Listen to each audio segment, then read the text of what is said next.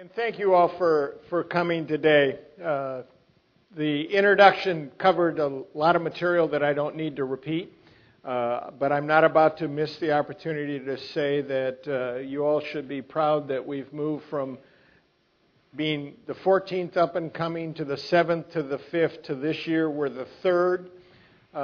And frankly, we could have won a lot of money if we'd have bet on this one.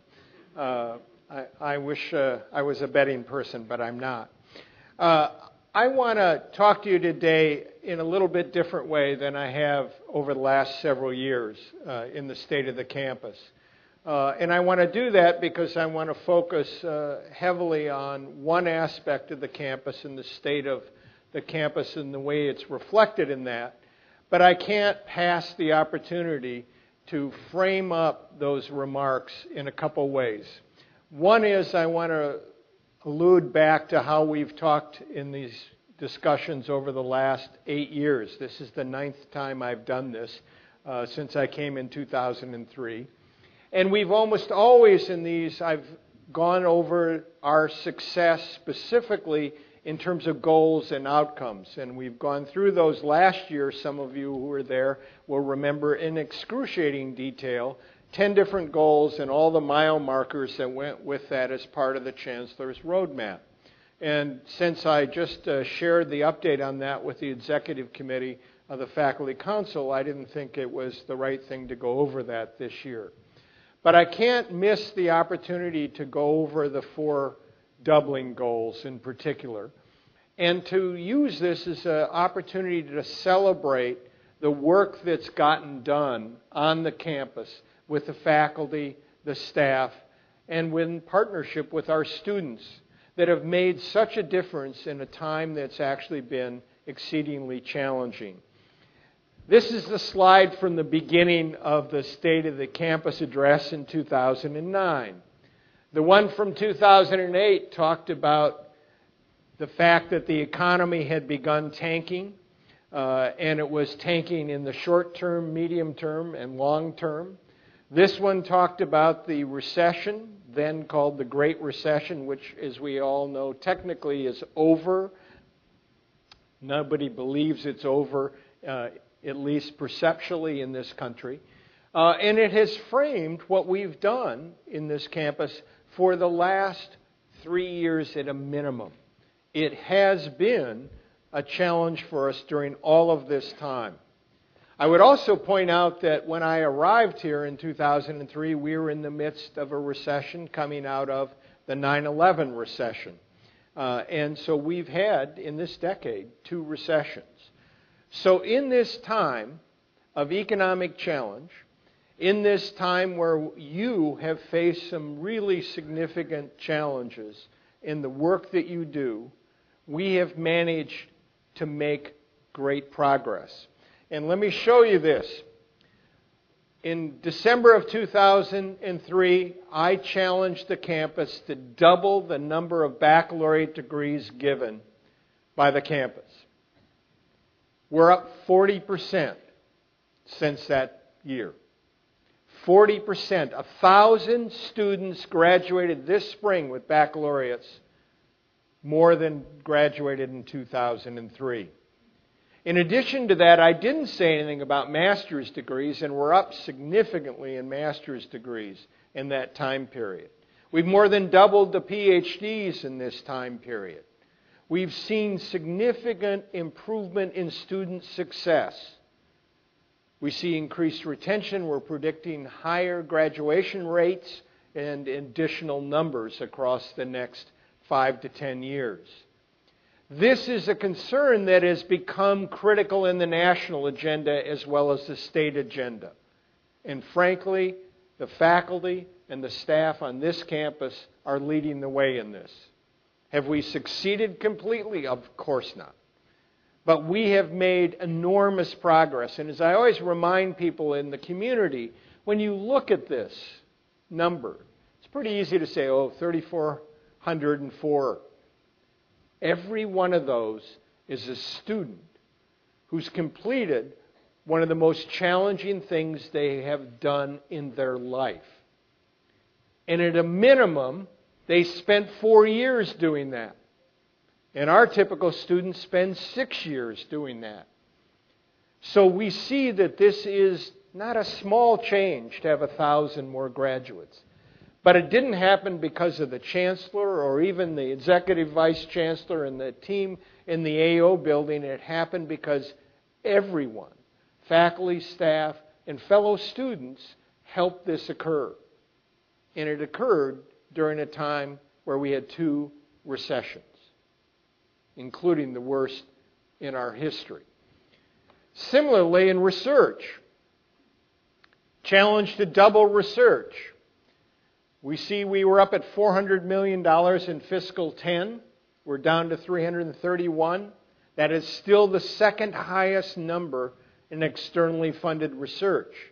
And the big difference between 10 and 11 is a $60 million grant from the Lilly Endowment. One grant is that difference in that year. Which means that those of you and your colleagues who submit individual grants, do center grants, have been as successful, again, as you have been in the previous years. And we've improved dramatically. That $400 million was actually doubling our number from 2000. And you've done that in a challenged environment. And you've done that by being creative and working and learning and growing and getting your students involved and your staff involved and your colleagues involved in doing joint grants. And that we depend on. Civic engagement is a hallmark of this campus. And if you ever want to have a chart that impresses people, this is it. We quadrupled the number of students in service learning classes since 2003. So we have shown that we can do what we promised to do. Engage students in our community in a way that they learn about that community, learn about the subject matter, learn about service, learn about giving back. And oh, by the way, this doesn't count clinical engagements for all of you who have clinical students in the community, which we know is a huge percentage of our students. It doesn't either count our graduate students, of course. It's undergraduates. So this is such a part of the campus that it's not surprising that we continue to be recognized with awards for our service learning and for our civic engagement. And so last year I would have mentioned the Kellogg Award from the Association of Public and Land-Grant Universities, the one from the Washington Center. And this year, once again, we're on the honor roll with distinction from the Corporation for National and Community Service. We've been on 3 years on the honor roll, and 1 year we got the President's Award the first year it was given. All of this, again, happening at a time of challenge because people are committed to this kind of success. So it's pretty easy for me to say this is a campus that knows how to move ahead. And we've moved ahead in diversity. This is tenure-track faculty.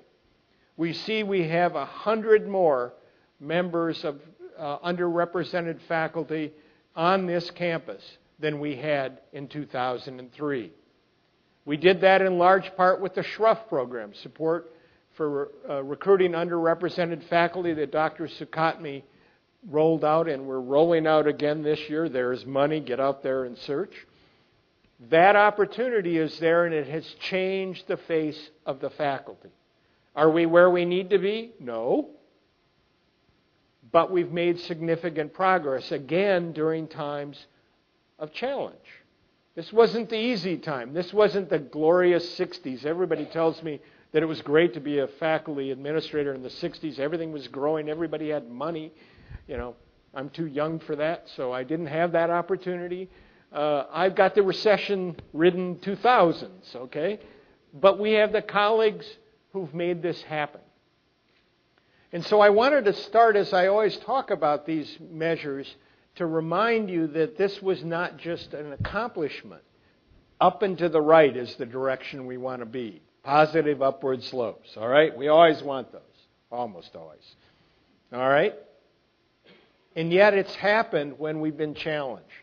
And it's been because the faculty and staff have made this happen. What I want to do with the remaining time is go backwards one. Okay, back. Oh, this is going to be interesting. All right, I got it. What I want to do with the remaining time is to focus on another way to think about the measure of how we're doing as a campus. And it's to do that by focusing on the impact campaign. The IUPUI impact campaign, which we are in our 5th year of, a fundraising campaign. Now, why do I want to do that? First of all, of course, to celebrate it, because it's going well, and I'm going to talk about that. Second, I want to celebrate those who give to it, and particularly those of you who are on the campus.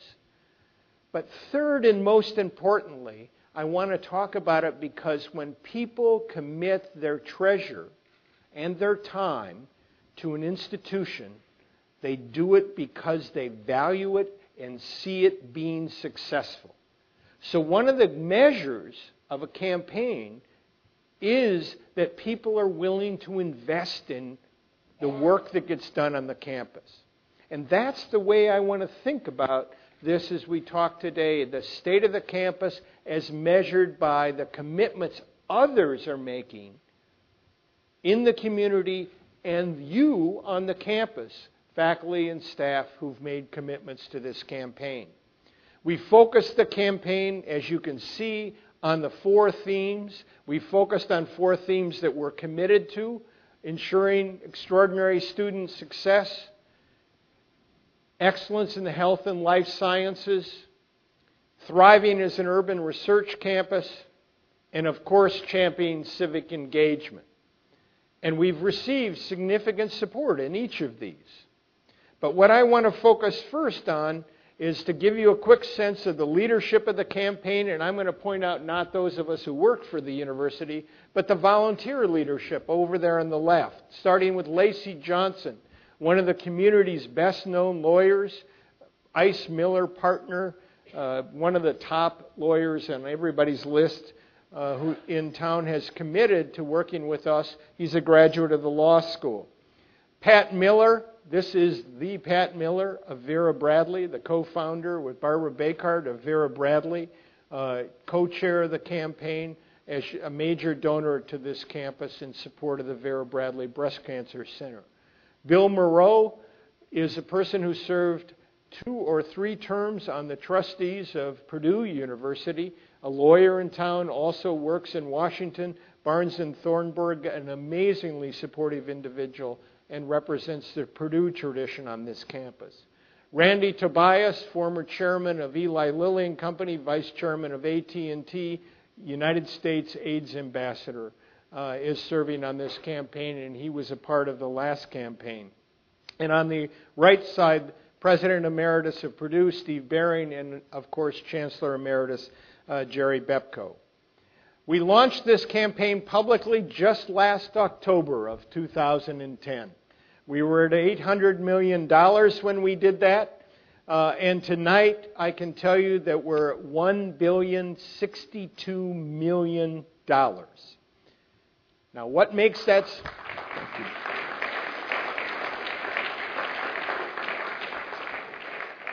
What makes that so impressive is we've passed the last campaign, and we passed a campaign that was the first billion-dollar campaign of a public university in this state, and we passed a campaign that was over 3 times the amount they told us we couldn't raise. We were told we couldn't raise $300 million in the last campaign, and we raised over $1 billion, and we're on our way past that number this time. This effort is amazing in a variety of ways. One is it's had transformational gifts, things that literally will mean this campus will not be the same. The easiest example, and it's so much fun to talk about, is Jesse and Beulah Cox. These are a couple. I wasn't fortunate to meet Beulah. She'd passed away, but I did meet Jesse Cox in the hotel several years ago, just before he passed away, when he met the very first Cox Scholars, the first class on this campus. And he had given a gift that was on this campus roughly $5 million and $10 million in Bloomington. Jesse was a graduate of Bloomington. He never attended here, but he made his life here and had a house in Carmel, and he believed it was important to help IUPUI as well as Bloomington when he gave this gift. And who he wanted to support were students who worked their way through school, because he and Beulah worked so he could go to school. And it's a great story, everything from making sandwiches to running an illegal taxi service till he got busted for it. And he was always an entrepreneur, and he and his wife ran a company in Arrow Draperies. They sold that, they invested. But he told those students that day, I thought of this program before you were born. He had this idea of supporting students who had to work to go to college. So he didn't give full rides. They have to earn a quarter of their support because he wants them to work as part of their education. So we had this wonderful program. We got it started. We got it launched. Jesse passed away. And in his will, he gave an additional sum. It's a staggering sum. The sum is over $80 million. $28 million for this campus to support our students in perpetuity. There will be essentially 60 Cox Scholars on this campus forever. It's transformational. And it's from someone who never went to school here. In fact, had a hard time with the Purdue part of our name.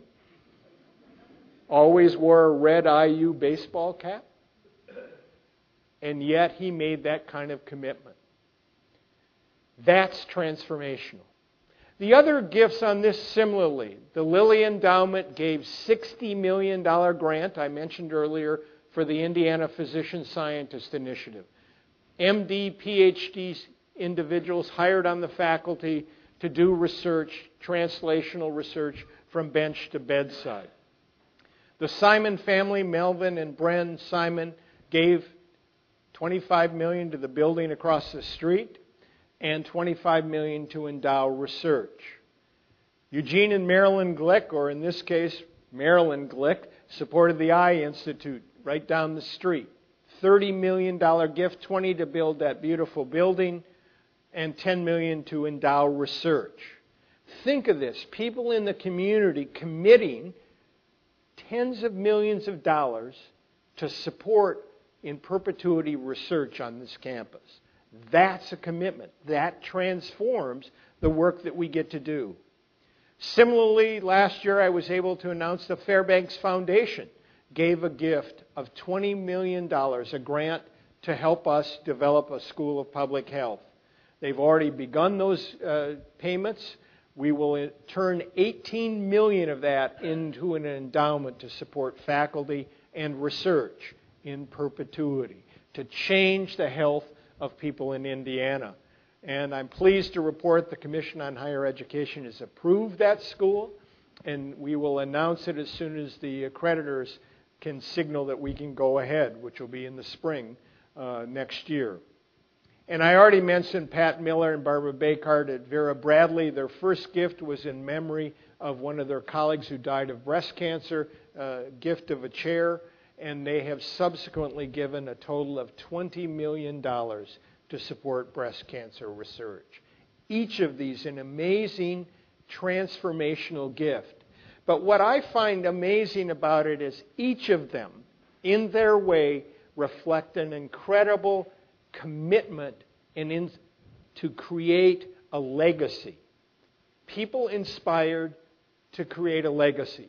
If you hear Pat Miller talk about the Vera Bradley chair when it started, this was all about honoring their friend who died of a disease. And that's how it started. and it is literally a legacy. Similarly, Marilyn Glick has worked with Vision Indiana for over 25 years.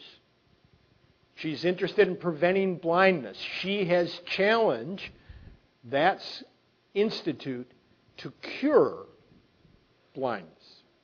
And she's not joking. If you've ever met Marilyn Glick, when she says she wants something done, she wants it done. It's that inspiration that has created a legacy. Similarly, Mel Simon died of pancreatic cancer after he'd given the gift. He didn't know that that was going to be so important to the work that they needed to do. You can go through virtually all gifts, I believe, that come from individuals and even oftentimes from foundations and see the root in an inspiration and the commitment to create a legacy. And that's why I want to spend the rest of the time giving you examples of that on the campus from you, from the faculty and staff here at IUPUI. And I'm going to start this out by embarrassing someone who's in the audience. The BEPCO Scholars Program is a great example of this. We created this back in the early 2000s as a way to recruit high-ability students to this campus. We did it with the funding from a tuition increase. It was a conscious choice to use commitment to excellence money to do this. And we named it after Jerry Bepko because it's designed to have both an undergraduate student who moves on to graduate professional education, and Jerry is a lawyer and represented that as well as a way to honor him. But what was interesting is, one, people gave money to this as well. We have gift money to the BEPCO Scholars Program. It's allowed them to do some additional things. Two is, it allowed us to recruit amazingly talented students who we have subsequently realized enriched the entire campus and made us realize that we could raise our own performance as a campus with these students on it. And so it is now one of the things we talk about what differentiates us. And I have Cora up here, who happens to be near the back. Cora graduated, was a BEPCO scholar, is now a BEPCO fellow, is in the SPIA program, and served in many ways on this campus, including in student government. And the governor of the state of Indiana has appointed her to the IU Board of Trustees, where she gets to literally be a public servant in this state. A perfect example, frankly, of a BEPCO scholar, because Jerry himself, as some of you know, serves on the Commission of Higher Education, having been appointed by that very same governor. But it's a great example of how we tried something, it worked, it made us better, and then we learned how to use that as part of our philanthropy, both in service and in gifts. The RISE Scholarship Match. You all know by now, I suspect I can do, give me an R, research, international, service, experiential. We have this now on the transcript thanks to the work that Uday and Becky Porter and others have done. And we created a scholarship match program using our resources to match. If there's a $20,000 gift, it puts off a $1,000 scholarship. We're going to add $500 to that. And Uday himself kicked off with MEDA in honor of Uday's mother, the first one of those scholarships. And it's a great example of another idea that is driven to tie together academic and philanthropic in the best possible way. And so we've now seen this take off. Many of you know Gene and Mary Temple. Gene is now president of the foundation. He's done a number of jobs on this campus. And here they gave one of the RISE scholarship to nursing. Mary is a nurse practitioner, and they wanted to support that. And we see that kind of gift. Similarly, Rose Mays is a professor emerita from our campus in nursing. She and her husband Bill of Mays Chemical, who's retiring himself, hard to imagine in either case, And they've given RISE scholarships to nursing, that's Rose, business, that would be Bill, and public health, one of their common concerns that they have. And so they've made this kind of commitment, and the two of them also had been co-chairs of our last campaign. Excuse me. Similarly, we have an alum who's an adjunct faculty member, Clifford Hull. It was great to learn about him. Has given a RISE scholarship to our colleagues in Heron, and here's one of the Heron students who's received that support already. A great example of giving that kind of scholarship. Another Heron person, one of our colleagues, professor of illustration, Kathleen O'Connell, gave one in her father's name in order to represent and recognize student. Nick Georgakopoulos in law gave one in honor of his father. Nick is the third generation legal person in his family, and he wanted to have a scholarship to recognize that tradition and support someone. This is a particularly interesting gift. Now a former senior lecturer in liberal arts, Kim Duffy Sim, gave a gift in honor of her cousins to support travel abroad. One of the things that obviously the RISE scholarship does, but we're always looking for similar kinds of support for our students. Many of you know Bob White and his wife Terry and their family and friends created a scholarship in honor of Bob's late sister, Barbara White Thorson, as another scholarship on campus. Back too quick. This is one that's particularly interesting. No photo. Larry Such is a campus facility services person, works currently over in the business area in Kelly, has 30 years of service to the campus in campus facility services, and he has given a planned gift to establish a scholarship. And let me read you the quote that he provided. He hopes others will be motivated. I didn't necessarily earn a huge salary throughout my life, but I was able to save and acquire some collection of real value. He collects first edition books.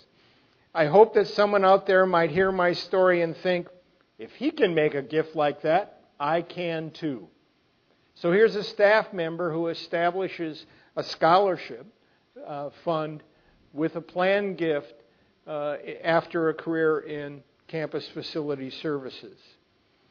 This one's a pretty interesting one as well. The suspenders on the left is John Tilley, the chair of philosophy. On the right is Steve Kern, who is a community member. Steve established the Michael Burke and John Tilley Fund for graduate students, and John Tilley established the Sophia Prize for students in philosophy. A great example of the interconnection of community and alumni and faculty and the kind of supports that we get. Karen Kavavic is a poet laureate of the state of Indiana. She's the professor of English, and not surprisingly, she established an award for poetry. As a less successful poet, we all celebrate those who are successful, and I can imagine this is a great idea to give an award and recognize it. And she named it after a student of hers who she admired greatly and passed away at a young age. Here's an example of a gift in dentistry. A faculty member, Heidelman, and his wife in oral surgery, who in fact give to the annual fund on a regular basis. And those gifts, as all the administrators in the room know, are exceedingly important in helping to solve problems and get things done in a hurry when you have that kind of discretionary resource. This one is one I hadn't heard of on campus, and it's a very creative one. Kirsten Gronenberg holds one of the chairs in philanthropy, the Ephraimson Chair, and she had experienced the benefit of having a named chair in that she had access to research support Part of the stipend came to her, and she could use it for supporting research. And what she said is she wanted to make available to her other colleagues the possibility, so she established a research fund that gives resources to her colleagues in the same way that she was able to by holding the Ephraimson Chair. A great example of providing research support from one colleague to another colleague. A similar kind of generous gift is John Krause, who I hope many of you have met in your time here. John is on the faculty in law and in SPIA and is the director of the Public Policy Institute. And John was a former deputy mayor of Indianapolis. I always joke John knows everyone in Indianapolis. Maybe Amy might know a few he doesn't know because of party differences, perhaps. But John wanted to establish a chair in alternative dispute resolution, which has become a major part of the way problems are solved outside of the direct legal realm in this country. And so he's established a planned gift to create a chair with similar chair is really interesting. Paul Nagy, a professor emeritus in philosophy, and his wife, Catherine, who served 30 years in the hematology oncology unit in IU Hospital, have established a chair in classical American philosophy, which brings together the Institute for American Thought, it brings together American Studies, and brings together the Department of Philosophy, a great interdisciplinary chair. And frankly, and most of us know that philosophy could use chairs and resources since they never, it appears to me, are overburdened with lots of resources. And it's a great example of a commitment of a colleague to the future of a department and a specialty in that. And that's a great way to transition to one aspect about this campaign and the effort that people make I want to emphasize that is not obvious, I've learned, to most of us.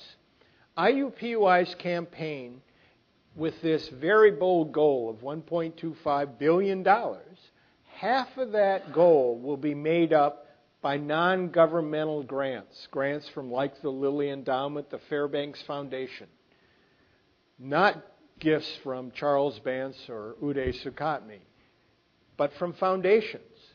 And guess who writes the proposals for the foundations? It's the faculty. It's the staff, and occasionally even students are part of those projects. So that the effort that you make in putting together a proposal like the one that was just funded this week on the study of the Bible in American life are literally a way in which your scholarly work gives back, is philanthropic service to the institution. And it has produced in a number of these, as I talked about, endowments that have come in. So the Fairbanks proposal was an enormous effort by people in public health and Marie Swanson and the effort that went into that. And it established an endowment which will, in fact, outlast all of us. And that's a part of this campaign that I hope those of you involved, whether you're in administration or doing the proposals, will keep in mind. This is an important contribution that you make to the success of the campaign, but more importantly, to the success of these things that you are, in fact, so passionate about. This is a great illustration of this on a scale that you might not have seen. We've received support from the J.P. Morgan Chase Foundation to help the Near East Side Legacy Project. For those of you who don't know, part of the Super Bowl was that we had to make as a community a commitment to invest $1 million to do something for youth. And the way things happen in Indianapolis, nobody just puts on an addition to a rec center for $1 million. By the time this project is done on the east side, there will be over $100 million in investment in houses and recreation centers and a new facility for the school on the east side and a new facility at the University of Indianapolis. It's astonishing the amount of effort that's going into this. One piece of that is this project we're a part of on the campus, where we've received support with the Solutions Center, and they're matching up with some of their internship money. And we expect over 100 faculty and staff, and students, to be involved in promoting the work that's being done on this side. In addition to that, some of you know that Jay Gladden and his colleagues in PE and Tourism Management are involved with the Bonner Center, which is another piece of this project. And so we see all of these people working together to get this done. And what I love about this particular example is, once again, people were passionate about making a difference, in this case in a neighborhood. In the process, they get our students involved and our faculty involved. And in the process, we raise resources to get that work done. And it is what we consider the virtuous cycle of philanthropy. And this is a great illustration of it. So what I've been trying to say is, as I think about the campaign, and you need to know I do wake up in the morning and ask myself exactly how much is left and how many months are left. But what makes that not a burden, but really fun, is that I can look at these examples. I can look in this room and know that people here have made progress in that campaign and made a difference. And so Valerie Eckmeyer is sitting there wishing that the building for Eskenazi Fine Arts Center had come in at bid, and we'd have that project, which is a gift from Sid and Lois Eskenazi, in the ground and coming up. But they had to redesign the project. But we are still going to expand that and have this wonderful fine arts center out there on Indiana Avenue. And I could do that all the way around the room. That's what the campaign does. The other thing it does is, I remember where I started. If people are willing to invest, what for them is a significant gift in the work you're doing on the campus, what a compliment to that work. So we know we're making progress not only because of the doubling goals. We know we're making progress because we have people who commit themselves, including you, to the future of the campus and for the people who come after us. So that's why I say we got work left to do. It's up to us. That's the amount. 20 months. But we should, in fact, really see this as a celebration of that in spite of what's been around us, in spite of the challenges, we haven't just gotten by. We're a much better place than we were when we started this campaign. It's a better campus. It's a better institution. And it's happened because people have done the work. So thank you very much for your time and your attention. And the state of the campus is better than good.